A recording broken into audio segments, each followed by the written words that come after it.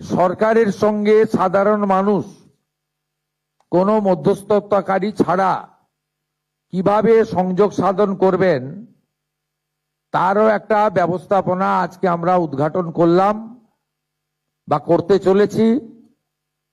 নতুন নাম্বারও আপনাদের কাছে দেওয়া হয়েছে, আরো ব্যাপকভাবে এই নাম্বারের প্রচার আমরা করব। উল্লেখযোগ্য এটাই, যেটা মাননীয় মন্ত্রী অগ্নিমিত্রা পাল মহোদয়, মাননীয় মুখ্য সচিব মনোজ আগরওয়াল মহোদয় বলেছেন যে অন্নপূর্ণা যোজনা,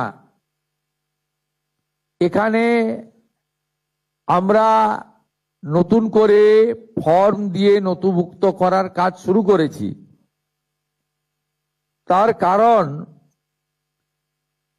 আমরা এসআইআর এর পরবর্তী সময়ে দেখেছি যাদের নাম ভোটার তালিকা থেকে স্থায়ীভাবে বাদ গেছে, এমন লক্ষ লক্ষ ভোটার তালিকায় নাম না থাকা ব্যক্তিগণ বিগত সরকারের লক্ষ্মী ভান্ডার সহ নানা সামাজিক প্রকল্প কেন্দ্র এবং রাজ্যের সুযোগ পাচ্ছিলেন।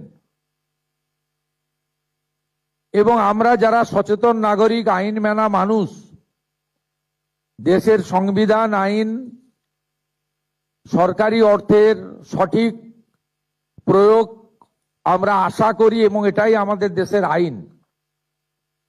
আমরা কেউ চাইব না যে একজন অভারতীয় তার অ্যাকাউন্টে সরকারের অর্থ প্রবেশ করুক। এক্ষেত্রে খুব পরিষ্কারভাবে বলে রাখা দরকার আছে, যাদের বিচারাধীন ছিল এবং পরবর্তীকালে তারা ট্রাইব্যুনালে আবেদন করেছেন, তাদেরকে আমরা স্থায়ীভাবে ভোটার তালিকা থেকে নাম বাদ গেছে এই পর্যায়ে ধরছি না।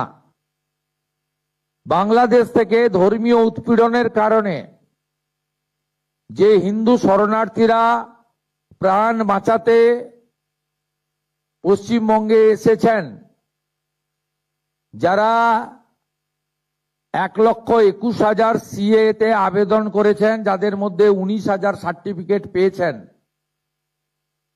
আরো যারা সিএ তে আবেদন করার উপযুক্ত আছেন, তাদেরকেও স্থায়ীভাবে নাম বাতিল তালিকায় আমরা ধরছি না। এর বাইরে যারা রয়েছেন, অভারতীয়, অবৈধ অনুপ্রবেশকারী, বয়স বাড়িয়ে বয়স কমিয়ে অথবা মহিলাদের জন্য অর্থনৈতিক সুরক্ষা স্কিমকে বিগত দিনে দুর্নীতির আশ্রয় নিয়ে বিগত যারা শাসক ছিলেন, যারা জনগণের দ্বারা প্রত্যাখ্যাত হয়েছেন, তাদের আশীর্বাদে পুরুষরা যে ধরনের বিগত লক্ষ্মী ভান্ডারের সুযোগ পাচ্ছিলেন, আমাদের এই স্বচ্ছতার সঙ্গে যে ফর্ম ফিল আপ এবং ভেরিফিকেশনে তারা সুযোগ পাচ্ছেন না, পাবেন না, পাওয়া উচিত নয়। আমি আপনাদেরকে আশ্বস্ত করতে চাই, আমাদের একটু আগে যে লঘু ফিল্ম আমরা দেখিয়েছি, ছোট্ট আমাদের ক্লিপিং দেখিয়েছি, তাতে পরিষ্কার বলেছি কোথায় ফর্ম পাবেন, কিভাবে ফর্ম ফিল আপ করবেন, কারা যোগ্য, যারা একেবারেই পারবেন না আসতে বা অনলাইন করতে পারবেন না, তাদের বাড়িতে সাহায্যকারী পাঠিয়ে ফর্ম ফিল আপ করে আনার দায়িত্ব পশ্চিমবঙ্গের বর্তমান রাষ্ট্রবাদী জনগণের দ্বারা নির্বাচিত সরকারের। আমরা এই প্রক্রিয়াকে 3 মাস ধরে চালাবো ঠিক করেছি। যখন যখন যেমন ফর্ম আসবে এবং ভেরিফিকেশন হবে, সাথে সাথে তাদের অ্যাকাউন্টে 3,000 টাকা চলে যাবে। আমি অত্যন্ত খুশির সঙ্গে ঘোষণা করতে চাই, গত 3 দিন প্রধান সচিব পর্যায়ে আধিকারিকরা জেলা থেকে পড়ে থেকে জেলা শাসকদের, বিডিওদের সাহায্য নিয়ে এবং একটা বড় অংশের জনপ্রতিনিধি তাদেরও প্রত্যক্ষ সহযোগিতা নিয়ে, সর্বোপরি জনগণের অংশগ্রহণে, মা বোন দিদিদের অংশগ্রহণে আমরা ভেরিফিকেশন করা ফর্ম পেয়েছি বা আমরা পোর্টালে নথিভুক্ত করতে পেরেছি 28,25,769 জন।